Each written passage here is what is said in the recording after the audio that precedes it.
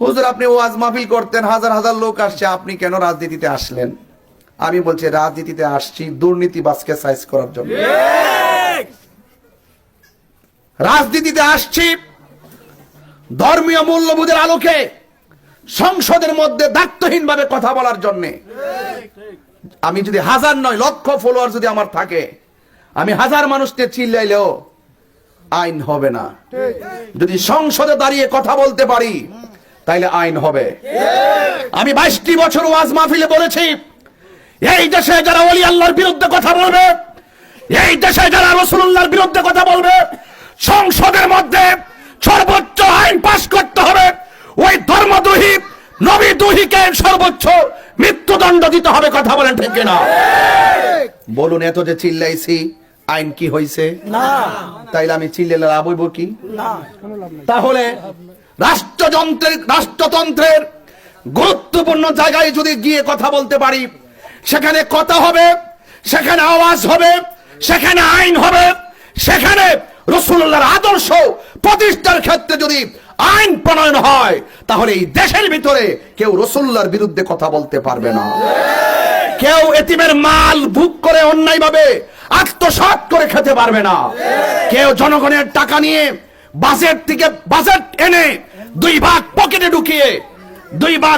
ঢুকিয়ে এক ভাগ কয়েক ভাগ করে যেইভাবে মেরে খাওয়ার ধান্দা, অন্তত পক্ষে সেই সুযোগ তারা পাবে না।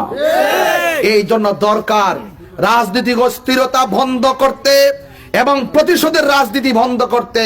এই দেশে সত্যিকার অর্থে আল্লাহর এবং তার হাবিবের আদর্শ বাস্তবায়নের ক্ষেত্রে আমরা যদি সেখানে কথা বলতে পারি, আমি বিশ্বাস করি এই দেশ একটি শান্তির দেশে পরিণত হবে।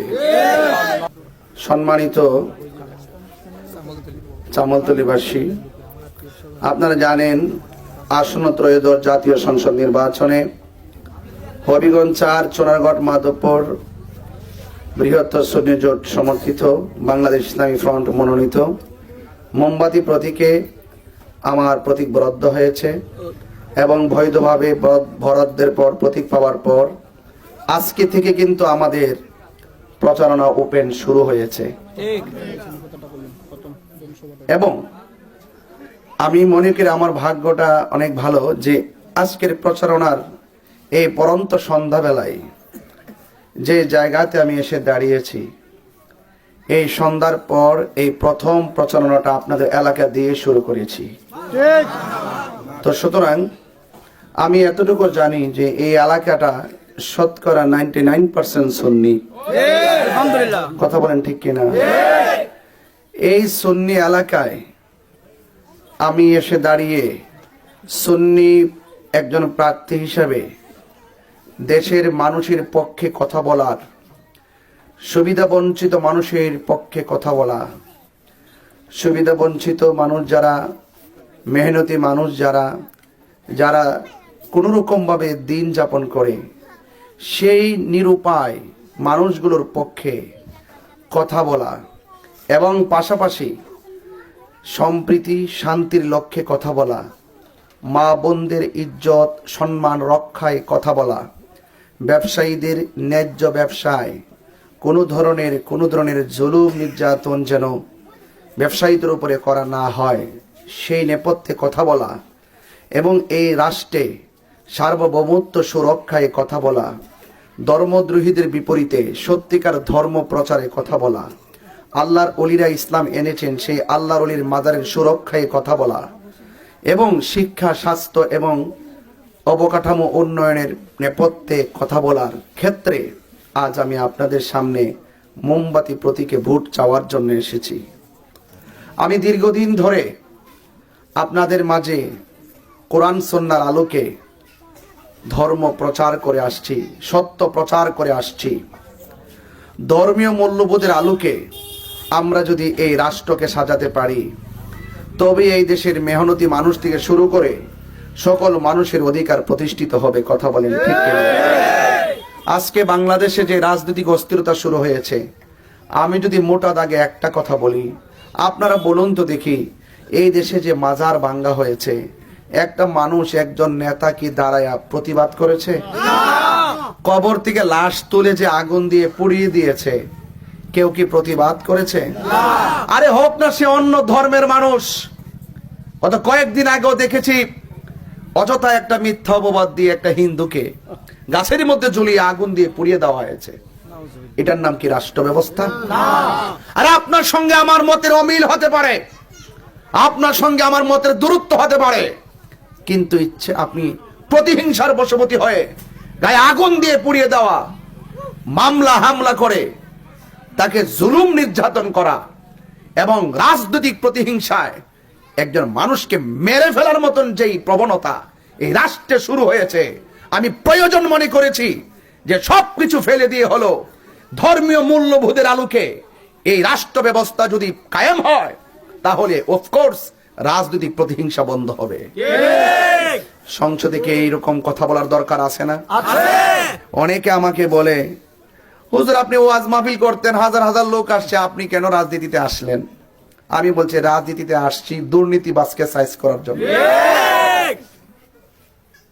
রাজনীতিতে আসছি ধর্মীয় মূল্যবোধের আলোকে সংসদের মধ্যে দায়িত্বহীন ভাবে কথা বলার জন্য।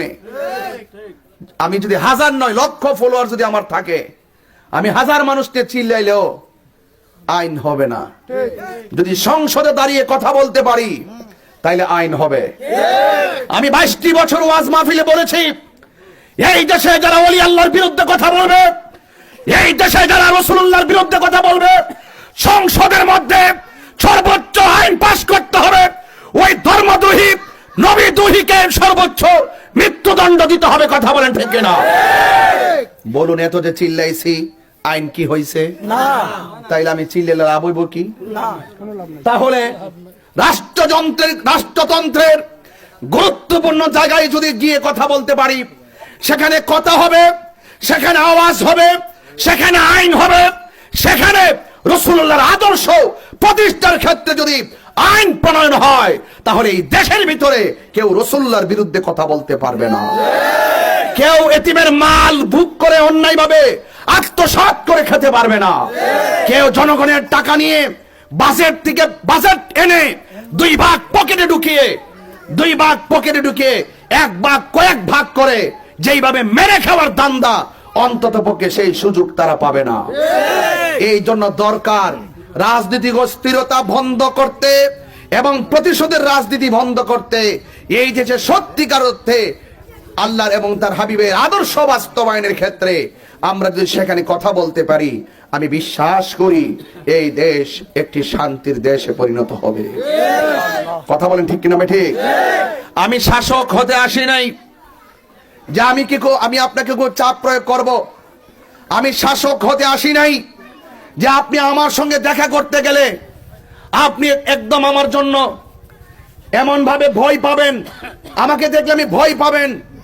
এই শাসক হওয়ার জন্য আমি স্বপ্ন দেখি না। আমি মনে করি আমি মানুষ, আরে আমি ওয়াজ মাহফিল করে যত বড়ই হয় না কেন আল্লাহ আমাকে দিয়েছে, কিন্তু আপনাকে আল্লাহ এমন কিছু দিয়েছে যেটা আমাকে দেয় নাই। সবচেয়ে বড় কথা হলো মানুষ। আপনি আমার কাছে মন খুলে কথা বলবেন, মন খুলে আমার ঘরে যাবেন, মন খুলে যা আমার সামনে বলবেন, কোনো ভয় থাকবে না। আমি শাসক হতে আসি নাই, আমি শোষক হতে আসি নাই, আমি সেবক হতে এসেছি। আমি সেবক হতে এসেছি। দায়িত্বহীন কণ্ঠে আবারও বলছি, আমি সেবক হতে এসেছি। যখন আমি যাই চা শ্রমিকের কাছে, যখন তারা বলে হুজুর 178 টাকা দিয়ে চলে না, আমাদের কিছু ভালো খেতে মন চায়, তখন কলিজাটা ফেটে যায়। যখন আমি তাদের কাছে গিয়ে দেখি হুজুর আমার প্রেগন্যান্সির ভিতরে মহিলা, তারা রাস্তার কারণে মারা যায়, তারা জায়গা মতো যেতে পারে না, হসপিটালে যেতে পারে না, আমি চাই যে ওই সমস্ত তাদের মেহনতি মানুষের কষ্টগুলো হৃদয়ে ধারণ করে রাষ্ট্রতন্ত্রে গুরুত্বপূর্ণ জায়গা থেকে তাদের চিরস্থায়ী সমাধান করা। শুধুমাত্র একদিন 200 বিরিয়ানির প্যাকেট দিলে কি সমাধান হয়ে যাবে? না। শুধুমাত্র একদিন 100 কম্বল দিলে কি সমাধান হয়ে যাবে? আপনি 100 করে কম্বল দিয়েছেন, শত শত ঘর শীতে কাঁপতেছে। আপনাকে চিরস্থায়ী বন্দোবস্ত করতে হবে, তাদের সঠিক বাসস্থানের ব্যবস্থা করতে হবে। পানির সংকট থেকে শুরু করে, তাদের চিকিৎসা থেকে শুরু করে, শিক্ষা থেকে শুরু করে, স্বাস্থ্য থেকে শুরু করে, অবকাঠামো উন্নয়ন থেকে শুরু করে প্রত্যেকটা সেক্টর অত্যন্ত ইমানের চিত্তে দৃঢ়তার সাথে নীতির সাথে বাস্তবায়ন করার দৃঢ় প্রতিশ্রুতি নিয়ে আপনাদের মাঝে আপনাদের সন্তান এসেছে। আপনাদের সাথে আমার সামাজিক সম্পর্ক কি আছে জানি না, পারিবারিক সম্পর্ক কি আছে জানি না, রক্তের সম্পর্ক কি আছে জানি না, তবে দার্থহীনভাবে একটা কথা বলবো, চুনরগড় মাধবপুর বাসীর সাথে আমার আত্মার সম্পর্ক রয়েছে। মোমবাতির আলো ঘরে ঘরে আলো, সংসদে জ্বালো মোমবাতির আলো, তারি ভাইয়ের সালাম নিন মোমবাতি বাজাই ভোট। ভাইয়ের আমার, আজকে আমাদের প্রচারণা শুরু এখান থেকেই। মাইক নিয়েছে এই প্রথম। পুরা নির্বাচনী ক্যাম্পেইনে যতদিন ধরে আমি রাস্তায় কথা বলতেছি, আজ প্রথম মাইক নিয়েছি। আর এই মাইক আপনাদের বাজার থেকে শুরু করলাম, যেন এখানেই এসে যেন আপনাদেরকে নিয়ে যেন আমরা যেন যদি মালিক আমাকে দয়া করে আপনাদের সমর্থন, আপনাদের ভালোবাসা, আপনাদের আন্তরিকতা এমন ভাবে আপনারা একটু বিলাই দেওয়ার চেষ্টা করবেন, অন্তত পক্ষে যেন এই দেশটাতে যেন সার্বভৌমত্ব সুরক্ষা এবং নবী প্রেম যেন কায়েম হয়, সেই আশাবাদ ব্যক্ত রেখে আপনাদের মহামূল্যবান ভোটটুকুন মোমবাতির প্রতীকে চেয়ে আমি আবারও আপনাদেরকে সালাম দিয়ে বিদায় নিচ্ছি। জয় হোক মানবতার, জয় হোক মেহনতি মানুষের, জয় হোক মোমবাতি প্রতীকের, জয় হোক। আমি দেখেছি অনেকগুলা মা বোনরা চতুর্পাশে দাঁড়িয়ে আছে। আমার মা বোনদেরকে বলবো, মা, মোমবাতি প্রতীকটা অনেক মায়ার প্রতীক, কথা বলেন ঠিক কিনা? এই প্রতীকটারে ধর্মবর্ণ সবাই পছন্দ করে। আমি আশা করব মা বোনরা আমার জন্য দোয়া করবেন, আপনারা মা বোনদের কাছে ক্যাম্পেইন করবেন, আমার সালামটুকু দিবেন এবং মোমবাতির পক্ষে ভোট চাবেন। আল্লাহ পাক যেন আমাদের সকলকে আজকের এই আয়োজন থেকে শুরু করে আমাদেরকে যেন আল্লাহ পাক কাঙ্ক্ষিত বিজয় যেন অর্জন করার তৌফিক দান করে। আমিন। আসসালামু আলাইকুম ওয়া রাহমাতুল্লাহি ওয়া বারাকাতুহু।